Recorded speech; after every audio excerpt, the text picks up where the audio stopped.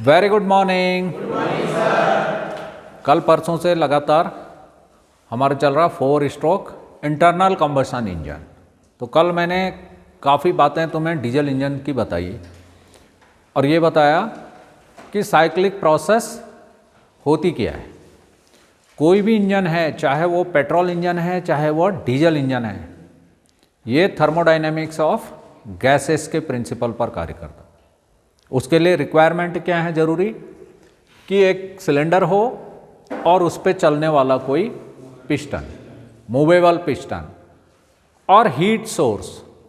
ये इंजन कैसा है? Internal combustion engine. जो भी ये इंजन है ये क्या है? ये हीट एनर्जी को मैकेनिकल वर्क में कन्वर्ट कर रहे हैं और वो जो हीट जनरेट हो रही है वो फ्यूल के जलने से हो रही है। पर इस जलने का जो एक क्रम है वो निर्धारित है कि कैसे उसमें हवा अंदर घुसेगी या हवा और फ्यूल का मिश्रण अंदर जाएगा, कैसे वो गर्म होगा, कब उसके ऊपर फ्यूल का स्प्रे होगा या फ्यूल पहले से ही उसके साथ मिक्सअप है तो उसको कब स्पार्क देकर जलाना है, फिर कैसे पावर मिलेगी और जली हुई गैसों को इंजन सिलेंडर से कैसे बाहर निकाला जाएगा। तो मैंने तुम्हें साइक्लिक प्रोसेस बताया था। फर्स्ट क्या? Suction, second compression, third combustion process, combustion, then power जो थर्स्ट मिल रहा है, दाब, एंड देन एग्जॉस्ट। ये पांचों प्रक्रियाएं पिस्टन के 4 स्ट्रोक में पूरी की जाती है। स्ट्रोक क्या है? टीडीसी और बीडीसी के बीच की दूरी। अब यहाँ पर एक गोला बना रखा है तो ये सारी प्रक्रिया जो होती है ये क्रैंक शाफ्ट के 720 डिग्री घूमने पर होती है। साइक्लिक प्रोसेस की परिभाषा क्या हुई फिर?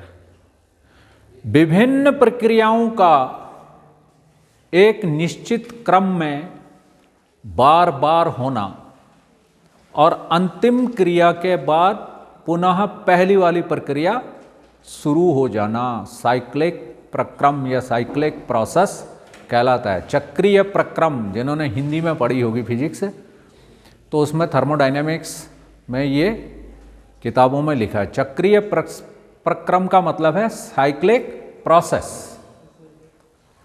कि ये एक निर्धारित क्रम में पांचों प्रक्रियाएं हो रही हैं और पिस्टन के 4 स्ट्रोक हैं। स्ट्रोक पिस्टन के 4 हो रहे हैं मगर प्रक्रियाएं उसके अंदर 5 हो रही हैं। जब ये बात समझ में आ जाएगी तो सारा इंजन समझ में आ जाएगा, चाहे वो पेट्रोल इंजन है चाहे वो डीजल इंजन है। पेट्रोल इंजन ऑटो साइकिल पर काम करते हैं। ऑटो साइकिल भी सर बीन डी रोच का साइकिल है। वो सर बीन डी रोच एक फ्रांस के वैज्ञानिक थे, उनकी ये परिकल्पना थी। वो इंजन नहीं बना पाए, उस पर एप्लीकेशन करके, उसी साइकिल का एप्लीकेशन करके सर ऑटो ने, जर्मनी के, उन्होंने एक 4 स्ट्रोक एसआई इंजन बनाया। उस पर बात बाद में करते हैं। और डॉक्टर रुडोल्फ डीजल का जो डीजल साइकिल है जो कि कांस्टेंट प्रेशर पर, उन्होंने एक और परिकल्पना की कि एयर और फ्यूल के मिश्रण को पहले अंदर डालो, उसके बाद उसको गर्म करो, फिर स्पार्क दो। झाड़ है, बहुत सारे कंपोनेंट हैं, टाइमिंग है। उन्होंने कहा कि कोई ऐसी चीज़, ऐसा फ्यूल मिले कि जिसमें कि सक्शन स्ट्रोक में हवा जाए, कंप्रेशन स्ट्रोक में उसको गर्म किया जाए, और कोई ऐसा फ्यूल जो कि उसके ऊपर इंजेक्ट करो और पावर मिल जाए। तो उन्होंने जब अपना प्रयोग किया, प्रयोग करते समय उन्होंने एक सिलेंडर लिया, उसमें पिस्टन लिया, उसको चलाया और at the end of compression stroke उसके ऊपर चारकोल का छिड़काव किया तो उससे ब्लास्ट हुआ। ब्लास्ट होने से वो सिलेंडर फट गया और वो घायल हो गए, उन्हें बहुत चोट आई।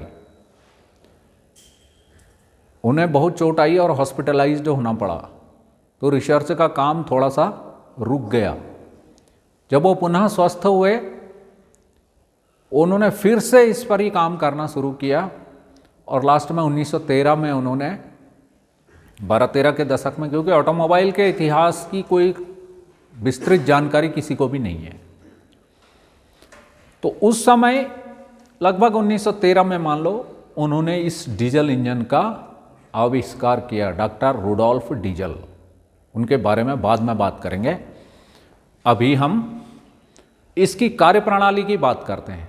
तो चक्रीय प्रक्रम या साइक्लिक प्रोसेस क्या है कि विभिन्न क्रियाओं का एक निश्चित क्रम में, क्रमवार होना, निश्चित क्रम में होना तथा अंतिम क्रिया के बाद पहली क्रिया का प्रारंभ, फिर से पहली क्रिया का प्रारंभ हो जाना कहलाता है साइक्लिक प्रोसेस। अब इसमें क्या क्या चीज़ें होती हैं ये देखते हैं। सबसे पहले जो डीजल सर ने बोला कि हवा अंदर आ जाए और फिर उस हवा को कंप्रेस किया जाए, उनकी एक परिकल्पना, उसी पर ये बना। तो उस हवा को अंदर आने के लिए कई चीज़ें चाहिए। वाल्व चाहिए इंजन के अंदर, पिस्टन की सक्शन के प्रभाव से वायुमंडल के दाब के कारण हवा अंदर तो आ जाएगी, फिर वो वाल्व को करेक्ट टाइम पर बंद भी होना है। और जो वायुमंडल की हवा है इसमें बहुत सारी धूल और गंदगी है, वो धूल के कण भी इंजन सिलेंडर में नहीं जाएं, तो इसके लिए फिल्ट्रेशन जरूरी है। तो जो भी मैं बोल रहा हूं कि सक्शन स्ट्रोक के टाइम पर हवा आती है, मतलब वो साफ हवा आती है, वो एयर फिल्टर से छन के आती है। और एयर फिल्टर एक बहुत ही महत्वपूर्ण पार्ट है। यदि वो ब्लॉक हो जाता है तो इंजन को पूरी हवा नहीं मिल पाती है, जिस कारण से पुलिंग पावर कमज़ोर हो जाती, वीक हो जाती। पुलिंग पावर वीक का मतलब है कि खिंचाव शक्ति कम होती है, कम हो जाती, स्टार्टिंग ट्रबल आ जाता है, फ्यूल इकोनॉमी में कमी आ जाती है। ये चीज़ें बाद में समझोगे। तो जो फर्स्ट स्ट्रोक है, स्ट्रोक मतलब टीडीसी से बीडीसी के बीच की दूरी, और ये सामने तुम्हारे क्रैंकशाफ्ट पड़ी हुई है। इस क्रैंकशाफ्ट में ये कनेक्टिंग रॉड के साथ ये पिस्टन लगा हुआ है। ये पिस्टन कनेक्टिंग रॉड के साथ एक गजन पिन के द्वारा जुड़ा हुआ है। इस कनेक्टिंग रॉड के स्मॉल एंड के साथ, छोटे सिरे के साथ, और उसके अंदर एक बियरिंग भी है, बुश बियरिंग। बियरिंग कई प्रकार के होते हैं, ball bearing, roller bearing, needle bearing and Bush bearing, और भी शेल बियरिंग जो यहाँ पे लगते हैं वो शेल बियरिंग होते हैं। जब ये क्रैंक शाफ्ट यूँ घूम रही है तो ये घूमते हुए पिस्टन को ऊपर पहुंचा देती। ये है टीडीसी की पोजीशन इसकी। अब क्रैंक शाफ्ट तो घूम रही है, वो फ्लाई व्हील उठा के ला, क्रैंक घूम रही है, इसके रियर एंड में लगा रहता है फ्लाई व्हील। क्या लगा रहता है? Fly wheel. कल भी मैंने तुम्हें बताया था फ्लाई व्हील के कार्य क्या क्या है। फ्लाई व्हील के कार्य, पावर स्ट्रोक में प्राप्त ऊर्जा को यह संग्रहित कर लेता है, उस ऊर्जा का कुछ भाग क्रैंक शाफ्ट को ही दे देता है और बाकी से हम मैकेनिकल वर्क करते हैं। चाहे वो उस उत्पादित टॉर्क को रियर व्हील तक पहुंचाना है, चाहे फ्रंट व्हील तक पहुंचाना है, चाहे उसे किसी जनरेटर को चलाना है, चाहे कोई पंप लगा के ज़मीन से पानी खींचना है। ये सारे मैकेनिकल कार्य किए जाते हैं जो फ्लाईव्हील द्वारा रिजर्व जो रोटरी मोशन है, जो टॉर्क है, जो घुमाने की शक्ति है, उससे बाकी कार्य किए जाते हैं। इसके अलावा भी इंजन के बहुत सारे उसके कूलिंग सिस्टम के पार्ट्स को चलाना है, और यदि सेल्फ स्टार्टर लगा है तो वो बैटरी है उसके अंदर एक पावर सोर्स, उस बैटरी को चार्ज भी करना है, क्योंकि वाहनों में तो हेडलाइट भी है, वाइपर भी है, हॉर्न भी है, लेफ़्ट राइट टर्न इंडिकेटर भी है, केबिन लाइट भी है, नंबर प्लेट लाइट्स हैं और बहुत सारी लाइट्स हैं, वार्निंग लाइट्स हैं। उन सबको विद्युत ऊर्जा भी चाहिए। अगर वो विद्युत ऊर्जा सारी इलेक्ट्रिसिटी उस बैटरी से लेते रहेंगे 12 वोल्ट की बैटरी से, तो वह डिस्चार्ज हो जाएगी।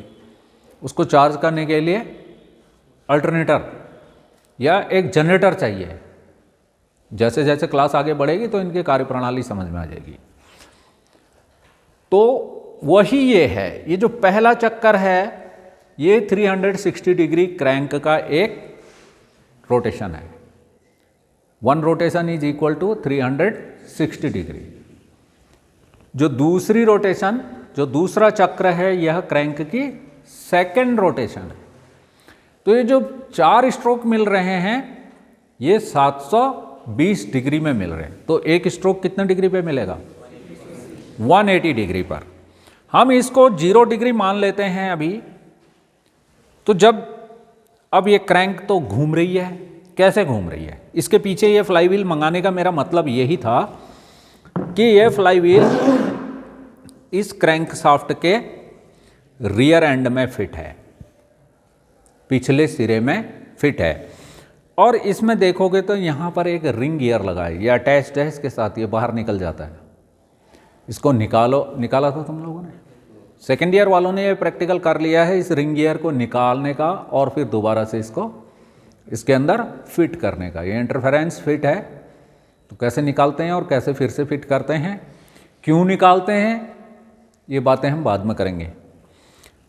इसमें ये जो गियर हैं इसके साथ एक सेल्फ स्टार्टर का पिनियन ऐसे मैश होता है, और सेल्फ स्टार्टर स्विच को अगर हम दबाते हैं या चाबी में जो स्विच होता है उसको ऑन करते हैं, ऑन करने के बाद जब हम इसको स्टार्ट वाली तरफ लेके जाते हैं तो वो सेल्फ स्टार्टर को विद्युत धारा मिलती है और वो मोटर चलती है।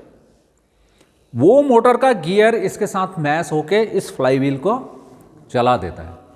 किसी भी इंजन को स्टार्ट होने के लिए 150 से 300 आरपीएम पर पहले उसे चलाना जरूरी होता है। आई बात समझ में? 150 से 300 डिग्री तक, 300 आरपीएम तक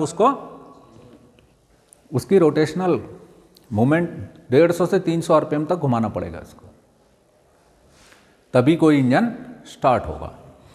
अब जब ये घूमेगा तो ये जब घूम रहा है तो ये पिस्टन सिलेंडर में नीचे आ गया, अब ये बीडीसी में आ गया। इसमें ये जगह देखोगे तो इन जगहों पर पिस्टन के रिंग फिट होते हैं, पिस्टन रिंग्स इन जगहों पर फिट होते हैं। इस एरिया को क्या कहते हैं, इनको क्या कहते हैं, ये सब चीज़ें जब पिस्टन, स्पेशली एक लेसन पिस्टन पे बनेगा तो उसमें बताई जाएगी। ये रिंग का काम है कि थोड़ा सा सक्शन प्रदान करना, चूषण शक्ति पैदा करना, ताकि यह सिलेंडर लाइनर के मध्य थोड़ा सा टाइट चले।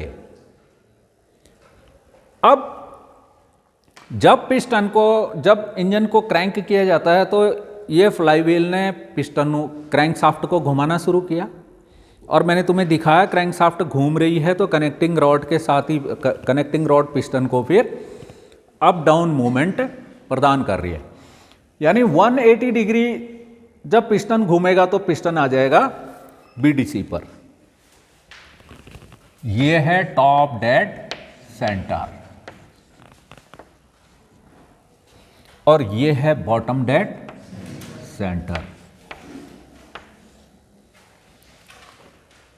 जब पिस्टन नीचे को आ रहा है, इस डायग्राम को देखो, तब इनलेट वाल्व खुला हुआ है और पिस्टन के नीचे जाने के कारण इस सिलेंडर के अंदर एक डिप्रेशन क्रिएट हो रहा है जो लगभग 35 किलो पास्कल का है, और वायुमंडलीय दाब के कारण एयर फिल्टर से साफ हवा इस इंजन सिलेंडर के अंदर इंडेक्ट हो रही है, घुस रही है।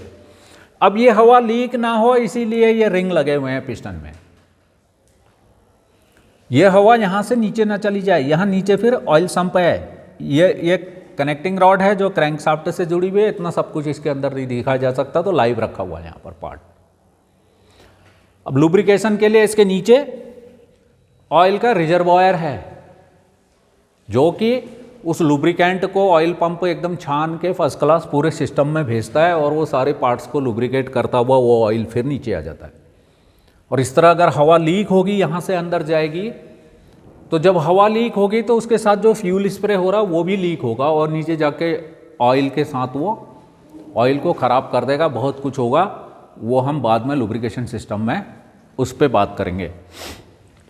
तो अभी जो हवा अंदर आई है वो बीडीसी तक सारी हवा अंदर आएगी, परंतु कल भी मैंने बोला था कि ये तो थ्योरेटिकल साइकिल है मगर ये एक्चुअल साइकिल है।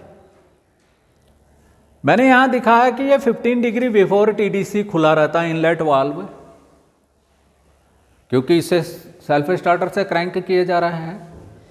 यहां से हवा आनी शुरू हुई और 30 डिग्री आफ्टर बीडीसी तक इसको खुला छोड़ते हैं। कल बताया है मैंने क्यों खुला छोड़ते हैं, ताकि अधिक से अधिक हवा इंजन सिलेंडर के अंदर आए। और जो अंदर आ रही है हवा उसकी वेलोसिटी कम है। क्यों कम है? उसके मार्ग में बहुत सारी रुकावटें हैं। जोर से बोला करो, जल्दी बोला करो, एकदम क्विक। मेरा क्वेश्चन निकलते ही आंसर आना चाहिए वहां से। उसके राह में बहुत सारी बाधाएं हैं। पहली बाधा एयर फिल्टर, सेकंड बाधा उसका पाइप, तीसरी बाधा मैनीफोल्ड के रनर्स। इन सब बाधाओं को दूर करने का एक उपाय है कि इनलेट वाल्व को थोड़ा सा बड़ा रख दो और वाल्व को थोड़ी देर तक और खुला छोड़ दो। तो जनरली 30 डिग्री आफ्टर बीडीसी तक इनलेट वाल्व खुला रहता है पहले चक्कर में। तो 180 degree plus 15 degree plus 30 degree कितना डिग्री? 225 डिग्री तक ये इनलेट वाल्व खुला रहा और इसके अंदर निर्धारित मात्रा में हवा आ गई। अब इंजन कभी 1000 आरपीएम पर चलता है, कभी 1200 पर चलता है, कभी 1500 पर चलता है, कभी 1800 पर चलता है, कभी 2000 आरपीएम पर, कभी 2500 आरपीएम पर। 2500 से ज़्यादा पर फिर नहीं चल सकता, वाइब्रेट करता है, क्योंकि 2500 आरपीएम 2500 चक्कर 1 मिनट में। तो एक चक्कर fraction of second, micro second में कितनी हवा अंदर आएगी, उसको भी एडजस्ट करने के लिए फिर वेरिएबल वाल्व टाइमिंग यूज की जाती है। ठीक है, वो तब समझ में आएगा। पहले तो ये समझो, पहले एक नॉर्मल इंजन को समझो, उसके बाद फिर वीवीटी समझ में आएगी। तो जनरली 225 डिग्री तक ये इनलेट वाल्व खुला है और इसमें इंजन सिलेंडर के आयतन के बराबर हवा इंडक्ट हो गई है, आ गई है। अब जब हवा अंदर आ गई है और पिस्टन भी बीडीसी से टीडीसी की तरफ को चलने लग गया, तो ठीक उसी समय ये इनलेट वाल्व बंद हो जाता है। पहला स्ट्रोक खत्म हो गया, सक्शन स्ट्रोक में पिस्टन नीचे की तरफ आया, इनलेट वाल्व के खुला, इस रास्ते से हवा अंदर आई। कब तक आई? बीडीसी तक आई थ्योरेटिकली, बट एक्चुअली क्योंकि वायु का घनत्व के ऊपर ये सब डिपेंड करता है। जैसे जैसे हम हाई एल्टीट्यूड में जाते रहेंगे वायु का घनत्व कम होता चला जाएगा, फिर इंजन मिसिंग करेगा, पुलिंग पावर वीक होगी, धुआं देगा। तो इसको कम करने के लिए इसे थोड़ा सा देर तक खुला छोड़ा जाता है, ये एक्चुअल में। अब जब ये नीचे आ गया पिस्टन, फिर ये क्रैंकशाफ्ट तो घूम रही है, पिस्टन नीचे से फिर ऊपर की तरफ को जाएगा। ठीक उसी समय इनलेट वाल्व जो खुला था वो बंद हो गया, यहां पर ही वो इनलेट वाल्व बंद हो गया और जो हवा इसके अंदर आई थी वो हवा अब दबने के कारण जो हवा इसके अंदर सक्शन स्ट्रोक में आई थी वो कंप्रेशन स्ट्रोक में गर्म हो गई, क्योंकि ये इंजन सिलेंडर के आयतन के बराबर जो हवा आई थी अब वह दब रही है इसमें। इसके कारण इस हवा का तापमान बढ़ जाता है, बहुत बढ़ जाता है, लगभग हो जाता है 440 डिग्री। कितना? 440 डिग्री सेंटीग्रेड। ये इतनी गर्म हो जाती है हवा। क्यों होती है? जब भी 7 किलो पास्कल पर स्क्वायर सेंटीमीटर के दाब बढ़ता है तो तापमान में 1.1 डिग्री सेंटीग्रेड की वृद्धि हो जाती है। और जो डीजल इंजन का कंप्रेशन प्रेशर है वो होता है 2.8 मेगा पास्कल। कल भी मैंने ये लिखा था बोर्ड के ऊपर। अब इसको कैलकुलेट करके देखना कि तापमान कैसे बढ़ता है। इतने प्रेशर से जब इसे दबाया जाता है तो इसके कारण इस हवा का तापमान 440 डिग्री सेंटीग्रेड हो जाता है। और डीजल फ्यूल की एक यह विशेषता होती है कि यदि उसे 350 से 450 डिग्री तक गर्म हवा के ऊपर स्प्रे किया जाएगा, ऑटोमाइज करके छोटे छोटे कणों में विभक्त करके उसका फुहारा लगाया जाएगा तो फ्यूल जल जाता है। अब फ्यूल जल जाता है यह साधारण बात है, पर फ्यूल को इंजेक्टर के अंदर प्रेशराइज्ड किया हुआ रखा है और निर्धारित प्रेशर के बाद ही वो वाल्व खुलेगा। इंजेक्टर भी एक वाल्व है। उसमें जो प्रेशर पुराने इंजेक्टरों में है वह एक स्प्रिंग के द्वारा मेंटेन किया जाता है, जबकि जो आधुनिक इंजेक्टर हैं उसमें वह इलेक्ट्रॉनिकली किया जाता है। इलेक्ट्रॉनिकली बहुत सारे पंप लगे हैं, 2 पंप लगे हैं, पहला लो प्रेशर पंप, दूसरा हाई प्रेशर पंप। और उस प्रेशर को एक्यूमुलेट करने के लिए, बनाए रखने के लिए एक कॉमन रेल लगी हुई है। उस कॉमन रेल में रेल का प्रेशर चेक करने के लिए रेल प्रेशर सेंसर भी है। वो तो आधुनिक इंजन है। अभी तुम्हें काम करना है आधुनिक इंजनों में। मैं तुम्हें बाबा आदम के ज़माने की बात कर रहा हूँ, तो वहाँ जाकर देखोगे और जिसके पास जाओगे वो भी कहेगा यार ये तो कुछ जानता ही नहीं, चल भाग, तेरी ज़रूरत नहीं है। तो तुम्हारे दिमाग में ये सब चीज़ें होंगी कि नया सिस्टम किस तरह का होता है, तो ठीक रहेगा। जब ये यहाँ पहुँच गया तो इसको जलने में भी थोड़ा समय लगेगा, फ्यूल को ऑटोमाइज होने में समय लगेगा, फ्यूल को जलने में समय लगेगा। तो ये सारी प्रक्रियाएं, इसलिए जो इंजेक्टर नोजल है यहाँ पर लगा हुआ, ये इनलेट वाल्व है, ये एग्जॉस्ट वाल्व है। दोनों अलग अलग कलर से दिखाए हैं। पर्पल कलर का जो है ये इनलेट वाल्व है और जो ग्रीन से दिखा रखा मैंने ये एग्जॉस्ट वाल्व है। ये दोनों वाल्व बंद हैं। हवा का तापमान बढ़ गया है तो ठीक 15 डिग्री बिफोर TDC इसके ऊपर इंजेक्शन स्टार्ट हो जाता है। ये इंजेक्टर फ्यूल को छोटे छोटे कणों में तोड़ के भाप की शक्ल में, लगभग भाप तो नहीं लेकिन इसमें प्रेशर होता है। जब मैं इसके आगे से नीडल लगा दूंगा और इसके अंदर पानी भर के दबाऊंगा तो वो थोड़ा दूर तक जाएगा और वो एक निर्धारित पैटर्न में जाएगा। समझ में आ रही बात? वो लगभग इस तरह से जाएगा और जो यहाँ पर एक इलिप्टिकल शेप बनाएगा। ये जब इंजेक्टर टेस्टिंग का मैंने एक वीडियो बनाया है आइडेंटिफिकेशन का, उसमें मैंने ये बात क्लियर की है।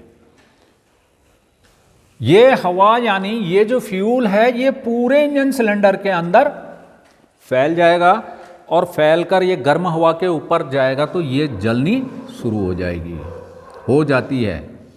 और जब ये हवा कंप्रेस होती है तो इसके अंदर एक स्वरल बनता है, भंवर। ये हवा कंप्रेस हो रही है, सिलेंडर कैसा है? गोल, बोतल सॉरी गिलास की आकार का, ऐसा गिलास जो ऊपर से नीचे तक एक जैसा है, टेपर नहीं है। टेपर हो जाता है ये घिसावट से फिर बाद में। तो ये हवा इस तरह से इसमें स्वरल बनता है। अब जहां जहां पर फ्यूल पड़ेगा यहां जलना शुरू होगा और इसे जलने में, जलन की प्रक्रियाओं में मैंने तुम्हें कल फर्स्ट बोला था क्या? डिले पीरियड, फिर अनकंट्रोल्ड कंबसन, माचिस जला के दिखाई थी, फिर controlled combustion, then post combustion. Time बहुत कम है। यहां से जब फ्यूल इंजेक्ट हो गया और ये जलना शुरू किया, तो इसके अंदर तापमान में वृद्धि हुई। दाब में तो पहले ही वृद्धि थी, ऊपर से फिर तापमान में भी वृद्धि हो गई। जब भी तापमान बढ़ाया जाएगा तो इसके अंदर अब जो भी गैस बन रही है, क्योंकि फ्यूल जल रहा है तो अब वो गैसों का मिश्रण बन गया है, वो सारी गैसेस का आयतन में वृद्धि होती है। अब पिस्टन ऊपर ही को चल रहा है और फ्यूल जलना शुरू हो गया। जब ये टीडीसी पर जाता है तो यहाँ का प्रेशर बहुत ज़्यादा हो जाता है और वो प्रेशर पिस्टन के ऊपर दबाव डालता है, जिससे पिस्टन फिर तेजी से नीचे की तरफ को आता है। तो जब बीडीसी से टीडीसी की तरफ चल रहा है तो यह है कंप्रेशन स्ट्रोक, इसमें दोनों वाल्व बंद हैं। ध्यान देने वाली बात है, जब भी डायग्राम बनाते हो तो इस तरह से बनाओ। इनलेट सक्शन स्ट्रोक में सिर्फ इनलेट वाल्व खुला है, पिस्टन नीचे की तरफ जा रहा है, क्रैंक क्लॉकवाइज घूम रही है। यहां पर ये एरो भी देने हैं, इसलिए मैं डायग्राम तुम्हारे काट देता हूं। One diagram speaks 1000 words. मेरे को बोलने में जितने शब्द लगे और जितने टाइम का वीडियो बनता है, उससे यदि तुम्हारे पास अक्ल है थोड़ा सा तो एक डायग्राम देखकर ही समझ जाओगे कि सक्शन स्ट्रोक में पिस्टन टीडीसी से बीडीसी की तरफ को आ रहा है, इनलेट वाल्व खुला है, सक्शन के प्रभाव से हवा अंदर घुस रही है। इस डायग्राम ने सब कुछ कह दिया। कंप्रेशन स्ट्रोक में दोनों वाल्व बंद हैं, पिस्टन बीडीसी से टीडीसी की तरफ जा रहा है, सिलेंडर के अंदर आई हुई हवा गर्म हो रही है। At the end of compression stroke 15 degree before TDC injection start हो जा रहा है और जो फ्यूल है वो जलना शुरू हो गया। टीडीसी पे जाने तक वो पूरी तरह से जल जाता है, कंप्रेशन स्ट्रोक खत्म हो गया। अब टीडीसी पर जाने के बाद पिस्टन के ऊपर जो गैसों का दबाव होता है, उसके प्रभाव से ये पिस्टन तेजी से नीचे आता है। यही कहलाता है पावर स्ट्रोक, क्योंकि इसकी वेलोसिटी काफ़ी बढ़ जाती है। ऊपर को तो क्रैंकशाफ्ट जोर लगा रही थी, अब जो प्रेशर के कारण इसने पिस्टन को दबाया तो वो थ्रस्ट कनेक्टिंग रॉड के द्वारा सीधे क्रैंकशाफ्ट को मिल गया और क्रैंकशाफ्ट तेजी से घूमना शुरू हो जाती है। इसलिए इसको कहते हैं पावर स्ट्रोक या कार्यकारी स्ट्रोक, यही है। अब जो इसने पावर लगाई, जो पावर मिली, वो सीधे कनेक्टिंग रॉड से क्रैंकशाफ्ट में गई और क्रैंकशाफ्ट के रियर एंड में है फ्लाईव्हील। फ्लाईव्हील ने उस पावर को, फ्लाईव्हील एज ए रिजर्वॉयर, उसने उस चीज को रिजर्व कर दिया और फिर से अब क्रैंक तो तेजी से घूम गई। अब जैसे ही क्रैंकशाफ्ट ने पिस्टन को घुमाया तो क्रैंकशाफ्ट ने कनेक्टिंग रॉड के द्वारा फिर क्रैंकशाफ्ट घूमी और पिस्टन को ऊपर को धकेला, तो यहाँ पर पिस्टन फिर बीडीसी से टीडीसी की तरफ को आया। तो इधर पर देखो एग्जॉस्ट वाल्व ये खुला है, यहाँ ये बंद है और यहाँ ये खुल गया। एग्जॉस्ट वाल्व छोटा होता है इसलिए मैंने छोटा दिखाया। और ये जली हुई गैस हैं, क्योंकि पिस्टन इनको धकेल रहा है बाहर की तरफ को। एक तो ये गर्म है, इनकी वेलोसिटी ज़्यादा है, दूसरा इनको पिस्टन पीछे से धकेल रहा है, जिसके प्रभाव से ये तेजी से ये एग्जॉस्ट वाल्व और फिर एग्जॉस्ट मैनीफोल्ड के द्वारा ये सीधे बाहर निकल जा रही है। पुराने इंजनों में सिर्फ साइलेंसर होता था, क्योंकि प्रेशर से गैसें निकल रही हैं, जब वायुमंडल में जाएगी तो बहुत आवाज़ करेगी। उस आवाज़ को रोकने के लिए साइलेंसर यूज किए जाते हैं, मफलर बॉक्सेस।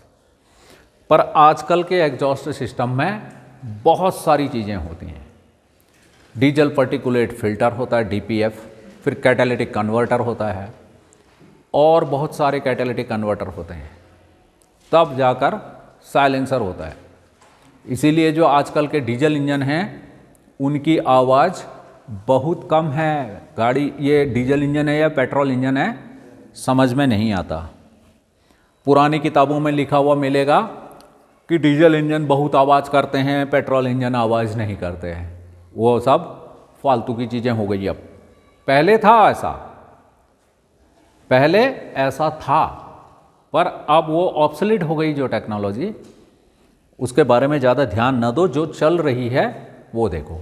इस तरह ये 4 स्ट्रोक क्रैंक शाफ्ट के 2 चक्कर में पूरे होते हैं। पर ये सिंगल सिलेंडर की कार्यप्रणाली मैंने तुम्हें इसको बताई। पर जब हम नंबर ऑफ सिलेंडर बढ़ा देते हैं तो जब 720 डिग्री पे एक पावर स्ट्रोक मिल रही है सिंगल सिलेंडर में, हमने इसको 2 सिलेंडर का बना दिया तो 360 डिग्री में। अब नंबर ऑफ सिलेंडर 3 कर दिए तो 240 डिग्री में। नंबर ऑफ सिलेंडर 4 कर दिए 180 डिग्री में। नंबर ऑफ सिलेंडर 6 कर दिए 120 डिग्री में। नंबर ऑफ सिलेंडर 8 कर दिए तो 90 डिग्री में। समझ में आ गई बात? तो जैसे जैसे हम नंबर ऑफ सिलेंडर बढ़ाते जा रहे हैं तो क्या देख रहे हैं कि पावर स्ट्रोक ज़्यादा मिल रही है। 4 सिलेंडर में एक ही चक्कर में 2 पावर स्ट्रोक मिल जा रही हैं। 6 सिलेंडर में 3 मिल जा रही हैं एक चक्कर में। 8 सिलेंडर में कितनी मिल रही हैं? एक चक्कर में 4 मिल जा रही हैं। तो इंजन की पावर बढ़ती चली गई। उससे जैसे नंबर ऑफ सिलेंडर बढ़ते गए तो वैसे ही वाहनों का आकार भी बढ़ता चला गया। या जिस जगह भी वो कार्य कर रहा है वो हैवी लोड भी उठा सकता है। पर ये नंबर ऑफ सिलेंडर बढ़ते जाएंगे तो क्रैंक की प्रोफाइल बनाना भी मुश्किल होता है। इसको ठीक ठाक करने का और भी कई तरीके हैं, वो पहले वीडियो बना है, उसका क्या फ़र्क पड़ता है उस चीज़ में। फिर क्रैंक थ्रो होती है, लेंथ ऑफ स्ट्रोक है, बहुत कुछ है। अब आते हैं, मैंने क्या कहा था, सक्शन स्ट्रोक में इनलेट वाल्व खुला रहता है, कंप्रेशन स्ट्रोक में दोनों वाल्व बंद रहते हैं, पावर स्ट्रोक में भी वो बंद ही रहते हैं, एग्जॉस्ट स्ट्रोक में एग्जॉस्ट वाल्व खुला रहता है। पर ये खुलता कैसे है? ये खुलता है इस केम शाफ्ट के द्वारा। और इस केम शाफ्ट में ये केम्स बनी हुई हैं, इनकी ये निर्धारित एक प्रोफाइल है। इस केम प्रोफाइल को इस डायग्राम के अनुसार बनाया जाता है, जो मैंने तुम्हें यहां पर डायग्राम बनाया हुआ है। 15 डिग्री से 30 डिग्री आफ्टर बीडीसी तक जनरली इनलेट वाल्व खुला रहेगा, यानी 225 डिग्री। और बंद रहेगा इनलेट वाल्व कहां से? ये 30 डिग्री यहां से है, यहां तक भी ये बंद ही रहेगा, फिर यहां तक ये बंद रहेगा, यहां से भी इधर तक भी बंद ही रहेगा। खुलेगा, यहां पर से खुल जाएगा एग्जॉस्ट वाल्व। लेकिन इस जगह पर आने के बाद एक पोजीशन ये आएगी कि 15 degree before TDC inlet valve भी ओपन है और 10 डिग्री आफ्टर टीडीसी तक एग्जॉस्ट वाल्व भी खुला है। दोनों वाल्व खुले हैं एग्जॉस्ट स्ट्रोक के टाइम पर।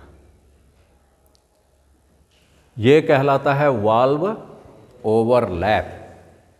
क्या कहलाता है? Valve overlap. ओवरलैप वह अवस्था होती है एग्जॉस्ट स्ट्रोक के अंत में, इंजन सिलेंडर के अंदर की वह अवस्था जब दोनों वाल्व इनलेट और एग्जॉस्ट दोनों खुले रहते हैं, वो कहलाती है वाल्व ओवरलैप। क्यों रखी जाती है? ये इसलिए रखी जाती है कि जितनी भी जो भी गैसेस हैं यह पूरी तरह से बाहर निकल जाएं और जो अंदर आती हुई गैस है, जो अंदर आती हुई हवा है, वो थोड़ा भारी है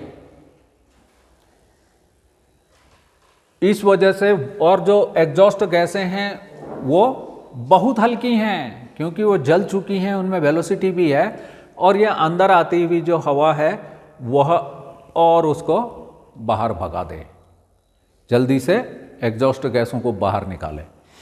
अब यहाँ पर मैंने 60 डिग्री लिख रखा है, ये पावर स्ट्रोक है जो रेड कलर से मिला। यहाँ पर इंजेक्शन स्टार्ट होते ही ये जलना शुरू हुआ, इसलिए ये अलग अलग कलर यूज किए गए हैं। सक्शन के लिए ये अलग कलर है, यहाँ से कंप्रेशन के लिए ये ऑरेंज यूज किया गया है, और ये जलना शुरू हो गया क्योंकि इंजेक्ट हो गया प्रेशर, इंजेक्टर ने प्रेशर डीजल को ऑटोमाइज कर दिया, तो ये जलना शुरू हुआ और यहाँ पर इस पर फुल दाब मिला और इसने पिस्टन को नीचे को धकेला, मतलब क्रैंक को घुमा दिया। अब हमें पूरा कार्य मिल गया है, और इस समय का तापमान कितना बताया था? 1800 से 2400 डिग्री सेंटीग्रेड। ये बहुत अधिक तापमान है। यदि इस तापमान को जल्दी से बाहर नहीं किया जाएगा तो फिर ये सिलेंडर लाइनरों में घिसावट होगी, पिस्टन रिंग्स में घिसावट होगी, वाल्व्स गलने शुरू हो जाएंगे, इतनी जल्दी नहीं गलते। इसीलिए जब मैंने रिक्वायरमेंट ऑफ थर्मोडायनेमिक्स का इससे पहले कल वाली क्लास में बोला था कि चाहे इंजन सिलेंडर है, चाहे वो पिस्टन है, वो और इंजन वाल्व्स हैं, ये सारे गुड कंडक्टर ऑफ हीट होने चाहिए ताकि हीट ट्रांसफर हो जाए। अब जो थर्स्ट मिलना था वो हमें यहाँ से मिल गया। ये क्रैंकशाफ्ट 90 डिग्री से भी ज़्यादा घूम गई, पिस्टन ने नीचे को आके क्रैंकशाफ्ट के ऊपर दबाव डाल दिया है, तो अब जल्दी से इसको बाहर निकालना है। इसीलिए एग्जॉस्ट वाल्व को 60 डिग्री बिफोर बीडीसी खोल दिया जाता है ताकि ये गैस जल्दी से बाहर निकल जाए। ये जो इतना तापमान बना है अंदर, इसमें से कुछ सबसे ज़्यादा जो ताप झेलता है ये पिस्टन का हेड झेलता है, इसलिए मैंने यहाँ पर ये पावर स्ट्रोक के टाइम पर इसको ऑरेंज कलर का बना दिया। किसी ने क्वेश्चन नहीं पूछा कि सर आपने ये ऑरेंज कलर का क्यों बनाया। ये जो पिस्टन का हेड है सारा ताप ये झेलता है। यहाँ से जो तापमान है वो रिंगों में आया, रिंग से वो सिलेंडर वाल्व में गया, ये भी गर्म हुआ तो इसने अपनी जो गर्मी थी वो सिलेंडर वाल्व को दे दी, कुछ गर्मी वाल्वों ने ले ली। और जो सिलेंडर वाल्व है इसके चारों तरफ या तो फिन्स बनी हुई होंगी एयर कूलिंग के लिए, इसके ऊपर एयर ब्लास्ट हो रही होगी चलने में, या जैसे मोटरसाइकिल चलती है तो उसके ऊपर जब भी कोई वस्तु चल रही होती है तो जो एयर रेजिस्टेंस पड़ता है वो उसके वेग के वर्ग के बराबर होता है। तो उतनी तेजी से हवा उसके ऊपर पड़ रही है, वो सारी गर्मी को अपनी तरफ, हीट हमेशा फ्लो कैसे होगी, अधिक से कम की तरफ को। और कई वाटर कूल्ड इंजनों में यहाँ बीच में कूलेंट चल रहा होता है, तो ये जो गर्मी थी वो कूलेंट में चली जाती है। इस तरह से टेम्परेचर को मेंटेन कर लिया जाता है। अब अधिक से अधिक हवा अंदर घुसे इसलिए इनलेट वाल्व को थोड़ा देर तक खोला जाता है, और जल्दी से जल्दी जली हुई गैस बाहर निकले इसलिए एग्जॉस्ट वाल्व को पहले खोल दिया जाता है। अभी पिस्टन नीचे को ही जा रहा है और एग्जॉस्ट वाल्व खुल गया, जो थर्स्ट मिलना था वो मिल गया इसलिए खोल दिया उसको पहले। ये यूं ही नहीं बनता है, इस पर काफ़ी पहले रिसर्च होती है, ये टेस्ट किया जाता है। अब मैंने एक उसके लिए बोल दिया कि 60 डिग्री बिफोर बीडीसी, हो सकता है किसी में 50 डिग्री बिफोर बीडीसी हो, किसी में 30 डिग्री बिफोर बीडीसी हो। अकॉर्डिंग टू आरपीएम ये चेंज भी होते रहते हैं वाल्व टाइमिंग, तो इस पर हम बाद में करेंगे बात। तो समझ में आई बात? कोई doubt? So it's enough for the day. Have a great day.